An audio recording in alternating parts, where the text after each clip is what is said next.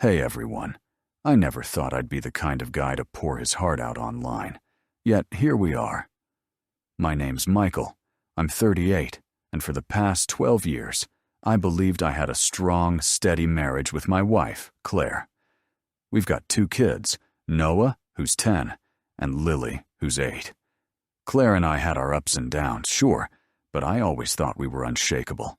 I trusted her completely. Maybe that's why it cut so deep when everything started falling apart. About 6 months ago, I noticed something was off. Claire had always been sociable, but suddenly she was busy all the time.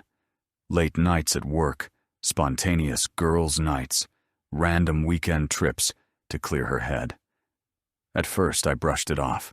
I didn't want to be that paranoid husband. But things got worse.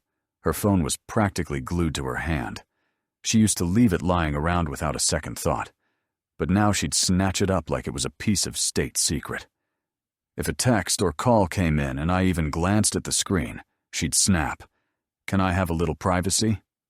One night, while we were sitting on the couch, I asked her outright, "Claire, what's going on with you?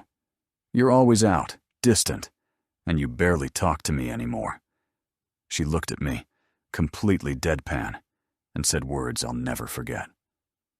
"I just need new experiences. Life's short, Michael. I'm thinking about going on a date." I laughed because I thought she was joking. Who says that to their husband? But then I saw the expression on her face, and the blood drained from mine. "You're serious?" I asked, stunned. "I don't see what the big deal is. I just want to feel something new. People do this all the time. You're overreacting." That was the moment everything I thought I knew about my wife and my marriage crumbled. I didn't yell. I didn't scream. I just sat there, numb. I don't even remember what I said after that. Something about how insane it all sounded and how deeply it hurt. She shrugged it off like I was being dramatic. That night, I lay awake, staring at the ceiling. Claire was asleep beside me, looking peaceful as ever. I couldn't reconcile the woman I married with the woman who just told me she wanted to date other men. The next morning, I made a decision. If she was going to act like this, I needed to know the truth. I wasn't going to let her gaslight me into thinking I was crazy. I started small. I checked our bank statements, something I'd never done before. I didn't even know what I was looking for, but I found it. Restaurants I'd never heard of, hotel bookings during her girls' weekends, charges for expensive gifts. I wasn't ready to confront her yet. I needed more. So I called an old college friend of mine, a private investigator named Alex.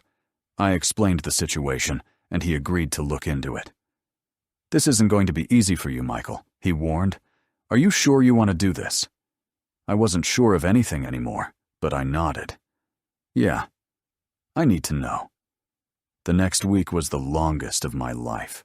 I acted like everything was normal, even though I was secretly tracking my wife's every move. Claire kept up her routine of late nights and meetups with friends. She'd come home smiling, humming to herself, happier than she'd been in years. It made me sick. One night, Alex called me. "Michael, I've got something. Meet me tomorrow. You're going to want to see this." I didn't sleep at all. My mind spun with every horrible possibility. Deep down, I knew the truth I was about to learn would change everything. The next morning, I met Alex at a small diner just outside of town. I grabbed a coffee and slid into the booth across from him. A manila envelope sat on the table between us. He didn't look thrilled to hand it over. "You ready for this?" he asked quietly.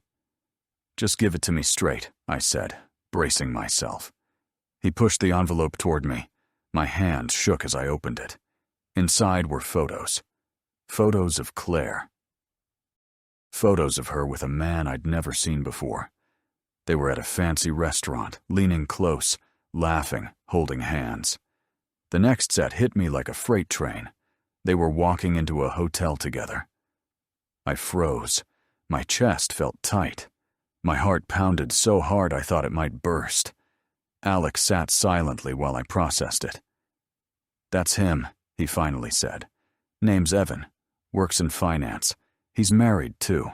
Lives downtown." I stared at the photos again, my wife smiling at another man the way she used to smile at me. Rage boiled inside me, but I swallowed it down. I wasn't going to let this destroy me. Not yet. "How long has this been going on?" I asked. "About 5 months," Alex said.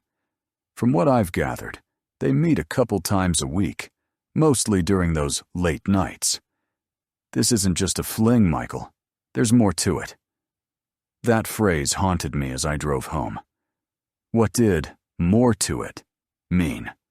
Was she planning to leave me? Was Evan her future? When I walked into the house, Claire was on the couch, scrolling through her phone like nothing had happened. I stood there for a moment, just watching her. How could she do this to me? To our family? "Hey, you're home early," she said without looking up. "Yeah, just felt like taking the day off," I replied, forcing a smile. "Must be nice," she muttered sarcastically. I wanted to throw the photos in her face right then and there, but I held back. I needed to play this smart. She had no idea I knew, and I intended to keep it that way, for now. Over the next few days, I watched her more closely. I noticed how easily she lied to me, how she kissed me goodbye before heading off to see him. It was as if I didn't even exist anymore. Meanwhile, I was gathering everything: bank records, texts I pulled from our shared phone bill, and of course, the photos. One night, as we sat at the dinner table with Noah and Lily, Claire casually mentioned she was going to visit a friend over the weekend. My stomach twisted. I knew exactly what she meant. "Which friend?" I asked, keeping my tone neutral. She hesitated for a fraction of a second. "You don't know her." I looked at her, and for the first time I saw it clearly. How comfortable she was lying straight to my face, how little respect she had left for me. That night, after the kids were asleep, I confronted her, indirectly. "Claire, I need to ask you something," I said. She sighed, clearly annoyed. "What now, Michael? Are you seeing someone else?" Her eyes widened for a split second, before she let out a fake, hollow laugh. "What? Where's this even coming from? You're being paranoid." Then she snapped. "This is exactly why I need space. You smother me. I can't even breathe without you accusing me." She tried to flip the script so fast it almost worked. "Almost. Okay," I said calmly, standing up. "If you say so." She looked surprised that I let it go so easily. She had no idea I was already 10 steps ahead. As I walked away, I made a promise to myself. I was going to expose the truth, and when I did, she wouldn't be able to talk her way out of it. The tension in the house became airless. Claire thought she had me fooled playing the innocent wife while slipping away to her other life. But I was done being played. Every evening after work, I sat at my desk and organized it all. Bank statements, phone logs, screenshots from our carrier account, and the photos Alex had given me. I labeled folders, printed duplicates, and tucked everything into a locked drawer. The truth felt like a ticking device. Sooner or later, it would go off. A week later, Alex called again. "Michael, you're not going to like this," he said, voice tight. "What now?" I dug deeper into Evan. There's bleed-through between your joint account and some places he frequents. Small transfers, disguised as routine purchases. And there's a pattern on Claire's end drips and drabs moved to a separate card, then spent around Evan's haunts. It adds up. My throat went dry. "You're saying she's taking our money?" "Quietly, yes. Not giant sums, but consistent. You need to lock down your accounts and talk to an attorney." Hearing that she wasn't just cheating, but siphoning our savings, flipped a switch in me. This wasn't just betrayal. It was cold and deliberate. The next morning, I met with a family attorney named Jordan Ellis, a sharp, no-nonsense professional in a Navy suit who didn't waste words. I laid out the photos, the statements, the call logs. "Michael, you're in a strong position," Jordan said after an unblinking review. "The documentation is thorough. If this proceeds to court, we'll have leverage. Custody will be the battleground, though. She could try to spin you as controlling or paranoid. When kids are involved, narratives matter. We'll proceed carefully." For the first time in weeks, I felt a sliver of relief. "What do I do first?" "Secure your finances, freeze or separate shared lines of credit, change passwords, and stop engaging emotionally with her. No blow-ups, no scenes. You want to look composed and protective of the children. Let the evidence speak." I walked out of Jordan's office feeling like I'd strapped on armor. That evening, Claire was already home when I got back, lounging on the sofa with a stemless glass of red wine. She looked up with a casual, suspicious brightness. "Where were you?" "Work ran late," I said evenly, my face a mask I barely recognized. She tilted her head, searching my expression, then shrugged. "I'm gone this weekend again. Tara's birthday." "Sounds fun," I said. "Tell her I said hi." She smiled like we were in on some harmless secret.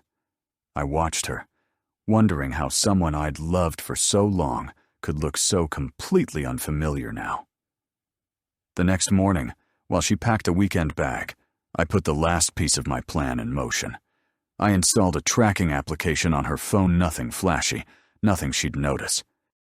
She kissed my cheek on her way out like always, and I stood in the doorway, watching her drive toward the same old lie. That night, Alex checked in. "She's at the Juniper Crest Hotel again. Same pattern. Another reservation under a generic booking service, room 412.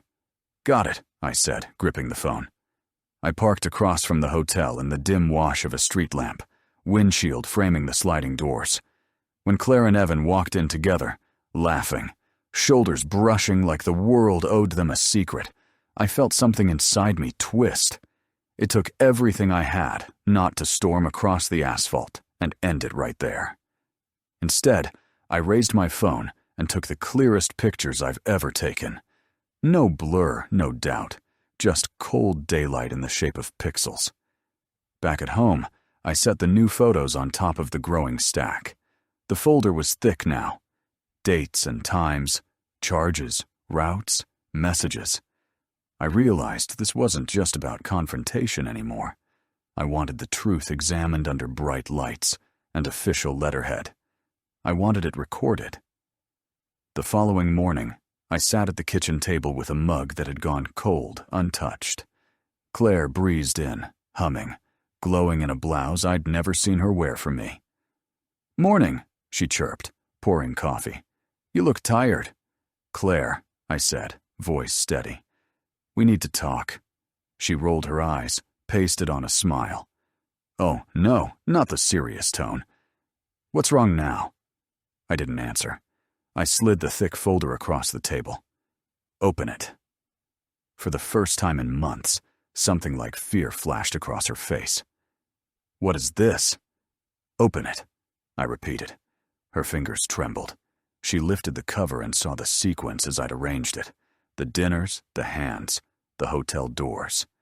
Then the bank records, line after line of unremarkable-looking debits that, put together, told an ugly story. Finally, the messages Alex had been able to recover, sanitized, but undeniable. "Where did you get this?" she stammered. "I think the better question is why you did it." My words came out colder than I expected. "You looked me in the eye, Claire. You kissed me good night, and then walked out to be with him. You helped drain our account to fund it. 12 years, flushed." Her shock sharpened into anger. She snapped the folder shut and shot to her feet. "How dare you spy on me? You're insane. This is exactly why I needed space. You're suffocating and obsessive. You don't get to turn this around on me." "You lied. You cheated. You stole," I said. voice low and hard. Don't pretend you're the victim here. Her mouth opened, closed. For once, nothing came out. I've already spoken with an attorney, I continued. I'm filing for divorce. As for the kids, you can't do this, she hissed, fists clenched. You're not taking Noah and Lily from me. I'm not taking them from you. I'm protecting them from this. I tapped the folder. I have enough to show a judge exactly what's been happening. You won't get away with it. Her face contorted. Rage and panic knotted together. You think you're clever? I'll tell the court you're abusive. I'll tell them you poisoned the kids against me. Go ahead, I said, standing. But you might want to run that by Evan's wife first. A beat. What? Vanessa, I said quietly. I talked to her. She's seen enough. She gave me screenshots. You sent messages about owning the narrative and making me look unhinged. She's done playing along. Claire went pale in a way I'd never seen. Her control, the one tool she trusted, slipped. You played your game, I said, moving to the doorway. But you're not the only one who can fight back. A ceramic crack exploded behind me as I stepped into the hall. I didn't look back. That afternoon, I met Vanessa at a small coffee place in Northbrook Neutral Ground, away from downtown. She was quieter than I'd expected, steady but exhausted, like someone who had run a long race without choosing to. Thank you for coming, I said. We're both dealing with the same storm, she replied. For years I suspected, but I never had proof. You brought the missing pieces. I'm sorry you had to. We compared timelines, her calendar entries against my bank records, her screenshots against my photos. The overlap was ugly and precise. Vanessa agreed to testify if needed. As we stood to leave, she offered a faint, apologetic smile. You didn't deserve any of this. Neither did you, I said. For the first time in a long time, I felt the faint edge of hope. I didn't go home that night. Instead, I checked into a small motel off the Brookvale bypass, lay on a mattress that wasn't mine, and stared at a ceiling I didn't recognize. 12 years ran reel to reel through my mind. The births, the birthdays, the clumsy anniversaries, the sleepy Sunday pancakes. Every good memory looked different in this new light, like it had been colored in with a shade I hadn't noticed. Morning came too fast. Jordan texted, "Urgent. Come by today." When I arrived, she had a file open, a pen poised, her eyes sharp. "Bad news first," she said. "Claire's attorney filed for a custody evaluation. They're moving quickly to paint you as controlling and invasive. If they get traction, it can muddy things." I swallowed. "Good news. We have leverage," Jordan said, tapping the stack I'd brought. "Between Vanessa's testimony, the financial trail, and the photos, we can show sustained deception and attempts to manipulate. Judges loathe being misled, especially when children are involved. It won't hand us everything, but it positions us very well. We file today." "Do it." Jordan nodded. "From now on, no outbursts, no social media, no texting Claire anything that can be twisted. Speak through counsel where possible. Keep routines stable for Noah and Lily. That's how you win." I went home braced for a fight.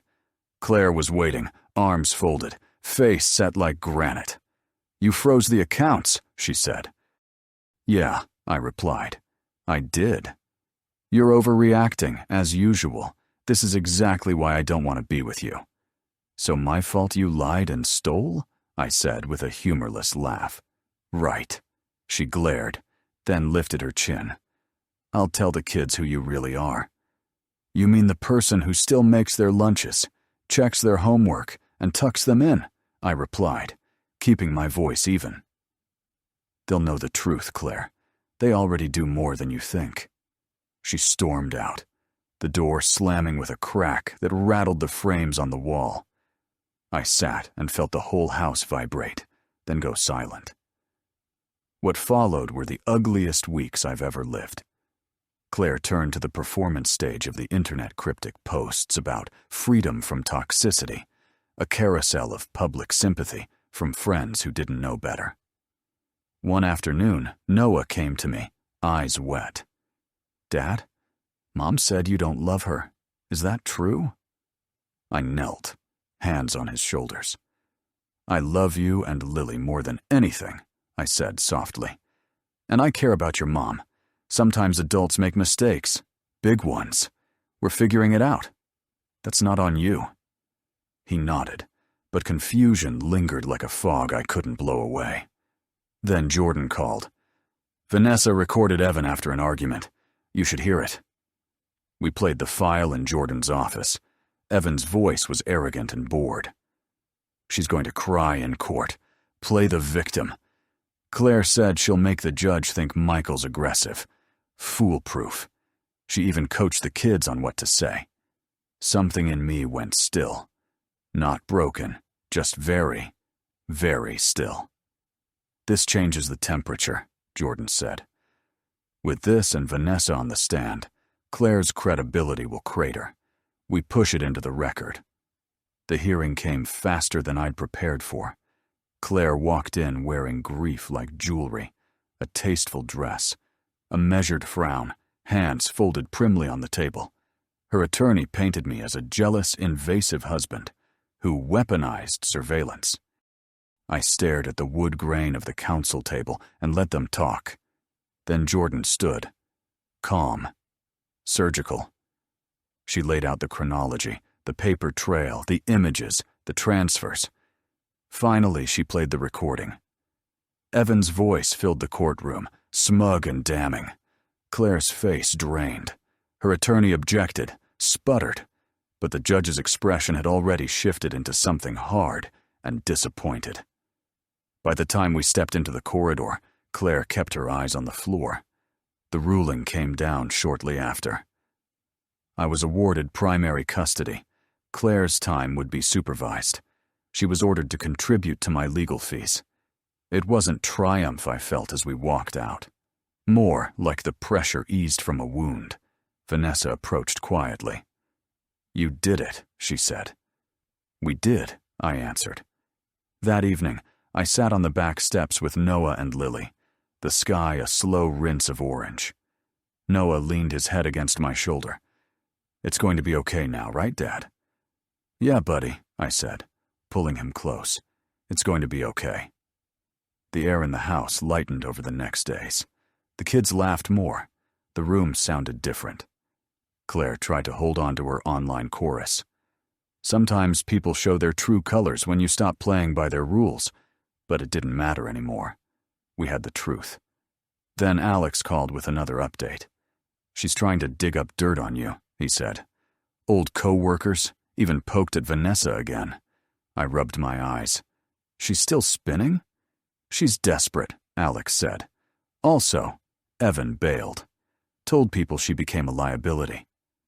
A bitter, involuntary laugh escaped me. Of course he had. 2 days later, Claire emailed. "We need to talk. I deserve a second chance. Let's fix this for the kids." I forwarded it to Jordan and left it unanswered. That night, she called, voice small and shaky on the voicemail. "I made mistakes. I still love you. I want our family back." I sat staring at the phone long after the message ended. It wasn't remorse. It was fallout. At the next supervised visit, she looked worn down, hair unbrushed, makeup barely masking the hollowed eyes. As the kids ran toward the playroom, she called to me. "Michael, please. I'm going to therapy. I cut things off with—" "Stop," I said, raising a hand. "You don't get a redemption arc because you're tired of consequences." She blinked back tears. "I just want my family." "You chose something else," I replied. "You have to live with it." That night, tucking the kids in, Lily asked, "Why doesn't Mom live with us?" I weighed my answer like it was fragile. "Sometimes grown-ups make choices that hurt people," I said. "But it doesn't mean they don't love you. Your mom and I both do." "Will she come back?" Noah whispered. Things are different now, I said carefully. But we're okay. I promise. The calls from Claire slowed, then stopped. Weeks passed. The quiet felt strange but welcome. Vanessa texted once. She reached out to him again. He's threatening a restraining order. I shook my head and set the phone aside. 2 weeks later, a letter arrived. Claire's handwriting slanted and hurried. Michael? I know I'm the last person you want to hear from, but I'm sorry. For the cheating, for the lies, for the money, for trying to twist the kids. I don't know who I became. I don't expect forgiveness. I hope one day Noah and Lily understand that I love them, even if I failed at being their mother. Take care of them. You're better at this than I ever was. I folded the letter and put it in a drawer. Words don't stitch wounds by themselves. Life steadied. Noah made the team he'd been aiming for. Lily discovered she loves the piano and the little triumph of getting a melody right. We laughed in the kitchen again. The house had edges of peace. Driving to a birthday party one Saturday, Noah asked from the back seat, "Dad, are you happy now?" I caught his eyes in the rearview mirror and felt the question land somewhere deep. "Yeah," I said after a beat. "I am. Because I have you two." "We're happy too," Lily said matter-of-factly, and that was that. Claire faded to the edges. Supervised visits became sporadic, then rare. I never told the kids why. I let her absence be a calendar fact rather than a verdict. Some scars don't need a spotlight. One quiet evening, with the dishwasher humming and homework packed away, I realized how far we'd come. The pain was still there, a healed seam under the skin, but it no longer defined our days. Claire had tried to shatter everything, and somehow, what remained was stronger than what had stood before. Months slipped by, each one a little quieter, a little lighter than the last. The kids settled into new routines, and so did I. We built a life around small, steady things: school drop-offs, weekend breakfasts, movie nights on the couch. There were still moments when Noah or Lily would ask about their mom an unexpected question at dinner, a sudden silence in the car. But I'd learned how to navigate those conversations gently. I didn't lie to them, but I didn't burden them either. They were just kids. They deserved a childhood untouched by the ugliness that had unfolded between their parents. Claire's visits dwindled until they barely happened at all. Sometimes she'd cancel at the last minute. Sometimes she wouldn't show up at all. Once or twice, she called the visitation center to say she wasn't feeling well, and after that, she just stopped calling.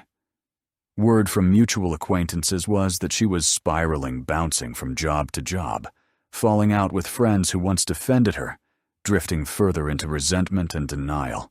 She'd burned nearly every bridge she had, and she still blamed me for setting the fire. Then one afternoon, Vanessa texted me. "You're not going to believe this. Claire reached out to Evan again. He's threatening a restraining order." I read the message, sighed, and put my phone down. It was pathetic. Really. Watching someone who'd had so much throw it all away and still refuse to take responsibility. She had chased a fantasy, and now she was left with nothing but the ashes. 2 weeks later, a thick envelope showed up in my mailbox. It was a handwritten letter from Claire.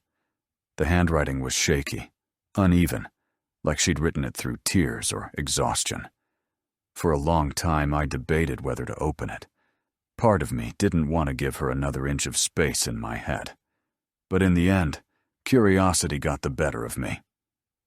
"Michael," the letter began, "I know I'm the last person you want to hear from, but I need to say this. I'm sorry. Not just for cheating, but for everything, for lying, for stealing, for trying to turn the kids against you. I don't know who I became, but I hate her. I messed up in ways I can never fix, and I don't expect you to forgive me. I just hope that one day Noah and Lily will understand that I love them. Even if I don't deserve to be their mom. Take care of them. You're a better parent than I ever was. Claire. I sat there holding the letter for a long time. It wasn't enough. It would never be enough. But for the first time, it felt like she might finally be taking responsibility for what she'd done. Maybe she wasn't trying to play the victim anymore. I didn't respond. Some wounds are too deep to be healed with words on paper. Life went on. Noah made the soccer team he'd been dreaming about, and Lily started playing simple songs on the piano that filled the house with music. I threw myself into being the best father I could be. The three of us laughed more. The walls felt warmer. The silence wasn't heavy anymore. It was peaceful. One Saturday afternoon, while driving them to a classmate's birthday party, Noah asked me from the back seat, "Dad, are you happy now?" I glanced at him in the rearview mirror, surprised by the question. "What do you mean, buddy?" "You just smile more now," he said simply.